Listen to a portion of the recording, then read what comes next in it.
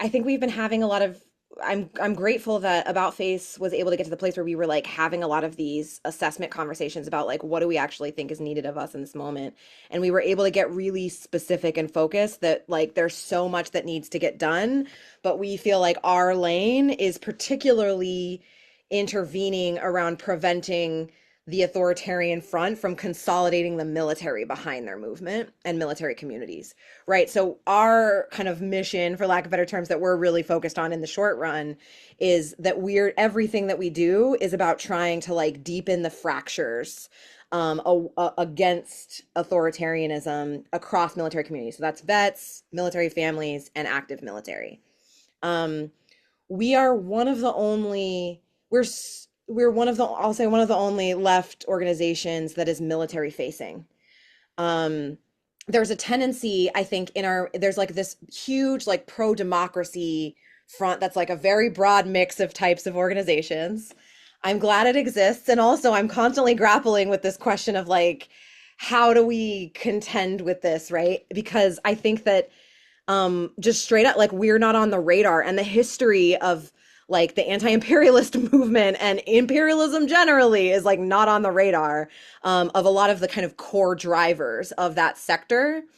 But I think that that sector is positioned to lead in important ways right now, right? And to kind of like be a site of consolidation. The question is the left going to lead into those spaces and lead within that front, right? Or is the left kind of going to get dragged along by liberal forces who end up controlling that front? Right. And I don't think that that's how we think about it a lot of the times. I think we're often like, they suck, so we're over here. And that's what I mean a little bit about like getting down and dirty. You know, I'm just like, I think we need to get a little bit more of like that they suck, so we need to be there and we need to be organized there, right? We need to be consolidated. We need to have like a wing of that pro-democracy front, right? That is like pushing a particular anti-imperialist lens. So all of that to say, like, I feel like one is that about like just you helping to uplift the work of About Face and the fact that About Face exists, but also just this anti-imperialist tradition, including military resistance as a key part of that tradition is like step one.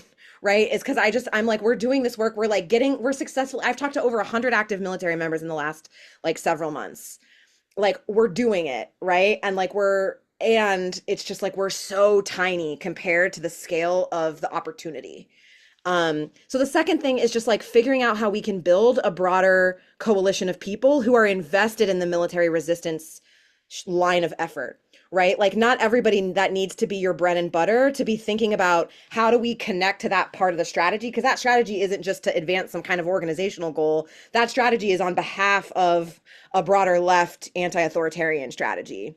So I think having more organizations who are thinking about like, hey, like in Guam, there's a massively high rate of military enlistment, right? And we know that that's for colonial reasons. The same thing's true in indigenous communities on Turtle Island and in Puerto Rico, my homeland, right? Like all these other places. And that's because of a bunch of exploitative reasons.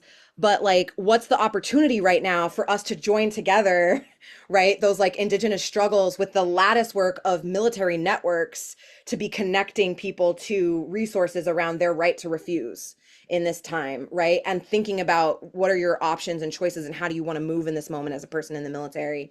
How do you help us get in touch with military communities that are in your community, right? And we can take a lot of the work from there, right? But it's like we can't actually do that broad network effect without flanking partners. So that's the second thing that really comes to mind. And the third is just like being with us and like understanding that like speaking to, I don't know, differentiating, like sometimes it's complicated because I'm straddling both sides where I'm like, okay, please, yes, we're trying to organize the National Guard. We're also not trying to be weird apologists that are like, you're not allowed to be mad that the National Guard is occupying your neighborhood with guns, right? Like, yeah, actually, if you want to protest that and be mad about that, go for it. We're trying to organize them.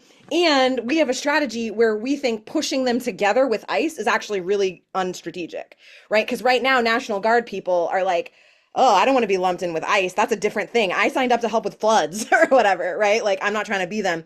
But if we lump them together, then we're potentially pushing them into solidarity with ICE in a way that is counterproductive to our goals. So just thinking about like when you have these frontline fights that are happening around particularly ICE raids and military occupation, like use us as a resource. We're here for it to like help think about, hey, how can we flank you in that, and like organizing the National Guard and also hosting trainings and things like that that can help people think through how do you talk to your friend or family member in the National Guard who might be getting mobilized around this.